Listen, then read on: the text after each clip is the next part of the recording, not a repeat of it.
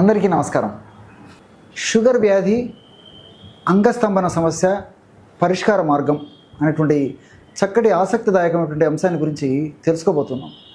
ఈ మధ్యకాలంలో షుగర్ వ్యాధి చిన్న వయస్సులోనే వచ్చేటువంటి పరిస్థితి ఆధునిక నాగరిక సమాజ పుణ్యం అని చెప్పేసి కలుగుతుంది. షుగర్ వ్యాధి వచ్చిన తర్వాత ఇంచుమించు 4-5 సంవత్సరాల నుంచి రకరకాల సమస్యలు రావడం మొదలవుతూ ఉంటుంది.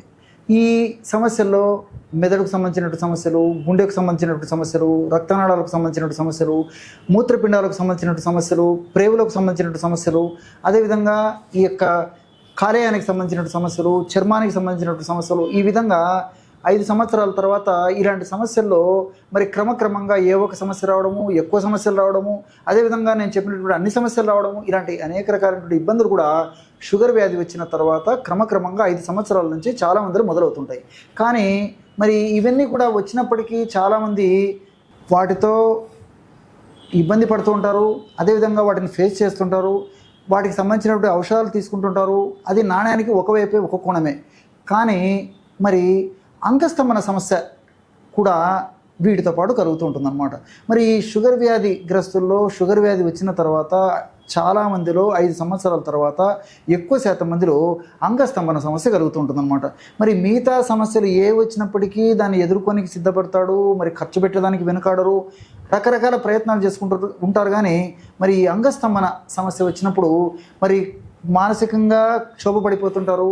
ఇతరులకు చెప్పుకునేటువంటి సమస్య, అదేవిధంగా వైద్యులకు చాలామంది చెప్పుకోలేరు, స్నేహితులతో చెప్పుకోలేరు, భాగస్వామితో చెప్పుకోలేరు, కుటుంబ సభ్యులతో చెప్పుకోలేరు. మానసికంగా చాలా వేదన గురైపోయేటువంటి పరిస్థితి ఏర్పడుతుంటుంది. ఇక్కడ 2 రకాలుగా ఆలోచన చేయాలి. ఈ అంగస్తంభన సమస్య షుగర్ వ్యాధిగ్రస్తులు 2 రకాలుగా కలుగుతుంటుంది. ఆల్రెడీ షుగరు సమస్య వల్ల ఈ యొక్క అంగస్తంభన సమస్య, అంటే షుగర్ ఉండడం వల్ల అంగస్తంభన సమస్య కలిగితే, కొంతమందిలో షుగర్ వ్యాధికి దీర్ఘకాలం పాటు అత్యంత శక్తివంతమైనటువంటి ఔషధాలు వాడినప్పుడు వాటిలో సైడ్ ఎఫెక్ట్స్లో భాగంగా కూడా కొంతమందిలో అంగస్తంభన కలుగుతూ ఉంటుంది. అదేవిధంగా మరి కొంతమందిలో మానసికంగా, అంటే నాకు షుగర్ వ్యాధి వచ్చింది, ఇది నయం కావడం లేదు, ఈ సమస్య వల్ల భవిష్యత్తులో చాలా ఇబ్బంది పడతాం అనేటువంటి మానసికంగా దిగులు చెందడం చేత కూడా ఆ యొక్క ప్రభావం చేత కూడా ఈ యొక్క అంగస్తంభన సమస్య కలిగేటువంటి పరిస్థితి ఏర్పడుతుంటుందన్నమాట. మరి ఏది ఏమైనప్పటికీ షుగర్ వ్యాధిగ్రస్తుల్లో అంగస్తంభన సమస్య వచ్చినా, లేకపోతే అంగస్తంభన సమస్య రాకుండా ఉండేందుకు, వచ్చినప్పటికీ ఆ సమస్య నుంచి బయటపడేందుకు ప్రకృతిలో ఆయుర్వేద వైద్య విధానంలో ఎన్నో రకాలైన ఔషధ యోగాలు చెప్పబడడం జరిగింది. ఈ యొక్క ఔషధం ఎలా తయారు చేసుకోవాలంటే, ఈ 5 పదార్థాలు మనకి ఔషధ తయారీకి కావాలి. ఎలాంటివంటే అక్కలకర్ర, బాగా నిదానంగా రాసుకోండి, జాజికాయలు, జాపత్రి, దాల్చిన చెక్క, లవంగాలు. మళ్ళీ ఒక్కసారి చెప్తాను చూడండి. అక్కలకర్ర రాసుకుంటున్నారు కదా, జాజికాయలు, జాపత్రి, దాల్చిన చెక్క, లవంగాలు. ఈ 5 పదార్థాలు మనం పద్ధతి ప్రకారం వాటిని కలుపుకోవడం వల్ల, సద్వినియోగం చేసుకోవడం వల్ల ఈ షుగర్ వ్యాధిలో అంగస్తంభన సమస్య నుంచి మనం బయటపడడానికి అవకాశం ఏర్పడుతుంది. మరి ఎలా తయారు చేసుకోవాలంటే, అక్కలకర్ర చూర్ణము ఒక 10 గ్రాములు తీసుకోండి. అదేవిధంగా రెండవ పదార్థంగా నేను చెప్పినటువంటి జాజికాయల చూర్ణము ఒక 10 గ్రాములు తీసుకోండి. జాపత్రి చూర్ణము ఒక 10 గ్రాములు తీసుకోండి. దాల్చిన చెక్క చూర్ణము ఒక 10 గ్రాములు తీసుకోండి.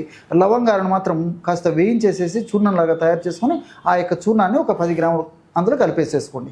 ఈ 5 పదార్థాల చూర్ణాలు ఒక్కొక్కటి 10 గ్రాముల చొప్పున కలుపుకోవడం వల్ల మనకు 50 గ్రాముల ఔషధం రెడీ అయిపోతుంది అనమాట.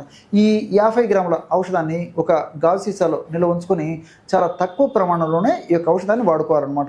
ఎలాగంటే సమస్య తీవ్రంగా ఉండి మరీ ఇబ్బందికరంగా ఉండేటువంటి పరిస్థితి ఏర్పడితే కొన్నాళ్ల పాటు రోజు 2 సార్లు వాడుకోవచ్చు.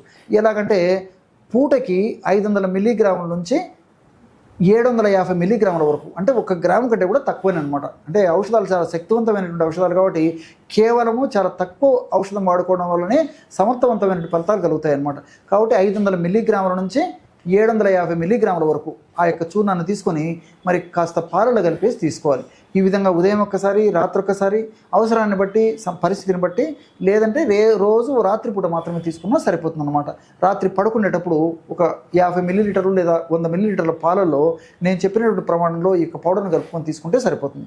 ఈ విధంగా చేయడం వల్ల మరి ఈ యొక్క షుగర్ వ్యాధిలో అంగస్తంభన సమస్య తగ్గిపోయి మరి చక్కటి దాంపత్య జీవితాన్ని కూడా వాళ్ళు అనుభవించడానికి అవకాశం ఉండి చక్కటి ఆరోగ్యాన్ని కూడా సొంతం చేసుకోవడానికి అవకాశం ఏర్పడమే కాకుండా మరి చక్కటి జీవధర్మాలు కూడా వాళ్ళు నిర్వర్తించడానికి అవకాశం ఏర్పడుతుంది. చూశారు కదా, ఇటువంటి సులువైనటువంటి ఔషధ యోగాన్ని షుగర్ వ్యాధి అంగస్తంభన సమస్య అనేటువంటి ఈ యొక్క వీడియోలో మీరు తెలుసుకున్నారో. మరొక వీడియోలో మరొక అంశంతో మళ్ళీ కలుద్దాం. అంతవరకు నమస్కారం. మీ చిట్టుకొట్ల. ఆయుర్వేద, గిరిజన మూలిక మరియు పారంపర వైద్యం చేసే ప్రతి ఒక్కరూ మా ఛానల్ ద్వారా మీ విద్యను ప్రజలకు తెలపాలనుకుంటే మా నంబర్కి కాల్ లేదా వాట్సాప్ చేయండి.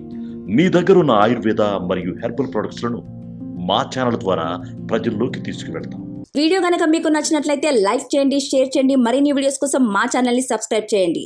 మీ అభిప్రాయాలు మాకు కామెంట్స్ రూపంలో చెప్పండి. మరిన్ని వీడియోస్ కోసం మా ఛానల్ని సబ్స్క్రైబ్ చేయండి.